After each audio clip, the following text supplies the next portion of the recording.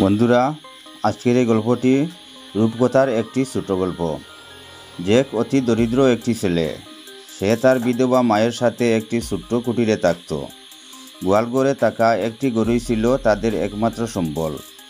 গরুর দুধ বিক্রি করেই চলত তাদের সংসার। এক সময় গরুটি দুধ দেওয়া বন্ধ করলে জ্যাকের মা তাকে গরুটি বিক্রি করে টাকা নিয়ে আসতে বলে। মায়ের কথা মতো জ্যাক গরুটি বিক্রি করতে বাজারে যায়। কিন্তু প্রতিমধ্যে জ্যাকের সঙ্গে একজনের দেখা হয় যে গরুটির বদলে তাকে কিছু জাদুর শিমের বিচি দিতে চায়। লোকটি জ্যাককে আশ্বাস দেয় এই শিমের বিচি তাদের সব কষ্ট দূর করে দিবে, তাদের প্রচুর অর্থ আয় হবে। জ্যাক লোকটিকে বিশ্বাস করে তাকে গরুটি দিয়ে দেয় আর কিছু শিমের বিচি নিয়ে ঘরে ফিরে আসে। কিন্তু যখন জ্যাক কোনো টাকা ছাড়াই ঘরে ফিরে আসে তখন তার মা ভীষণ রেগে গিয়ে শিমের বিচিগুলো মাটিতে ছুঁড়ে ফেলে দেয়। রাতের খাবার ছাড়াই জ্যাককে বিছানায় পাঠিয়ে দিল। জ্যাক খুবই আশাহত হয়ে বিছানায় চলে গেল। এদিকে সেই রাতে মাটিতে ছুঁড়ে ফেলা শিমের বিচিগুলো থেকে দৈত্যাকৃতির একটি লতানো শিম গাছ বেরিয়ে এলো। পরদিন ভোরবেলা জ্যাকের ঘুম ভেঙে গেল। সে তার জানালা দিয়ে লতানো শিম গাছটি দেখে বাইরে বের হয়ে এলো।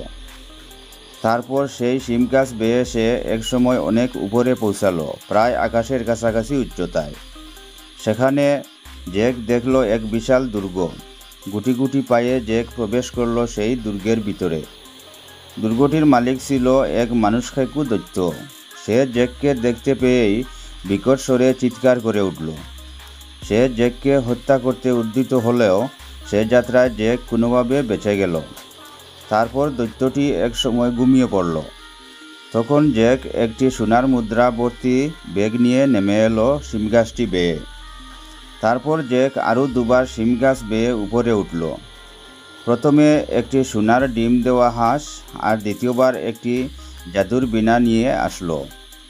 জ্যাক ঘরে ফিরে তার মাকে এসব দেখালো। জ্যাক মাকে বলল একটি কুড়াল আনতে। তারপর সেই কুড়ালটি দিয়ে জ্যাক শিম গাছের গোড়াটি কেটে দিল যাতে দৈত্যটি নিচে আসতে না পারে। গাছটি কেটে দেওয়ায় দৈত্যটি মৃত্যুর কূলে ঢলে পড়ল আর জ্যাক ও তার মা সুখে স্বচ্ছন্দে বসবাস করতে লাগলো। তাদের আর কোনো অভাব থাকলো না। রূপকথার চরিত্র জ্যাক মূলত ইংল্যান্ডে সৃষ্টি। ধারণা করা হয় এই গল্পটি সৃষ্টি প্রায় 5000 বছর আগে। গত দশকে এই গল্পটি থেকে 2টি সিনেমা তৈরি করা হয়েছে।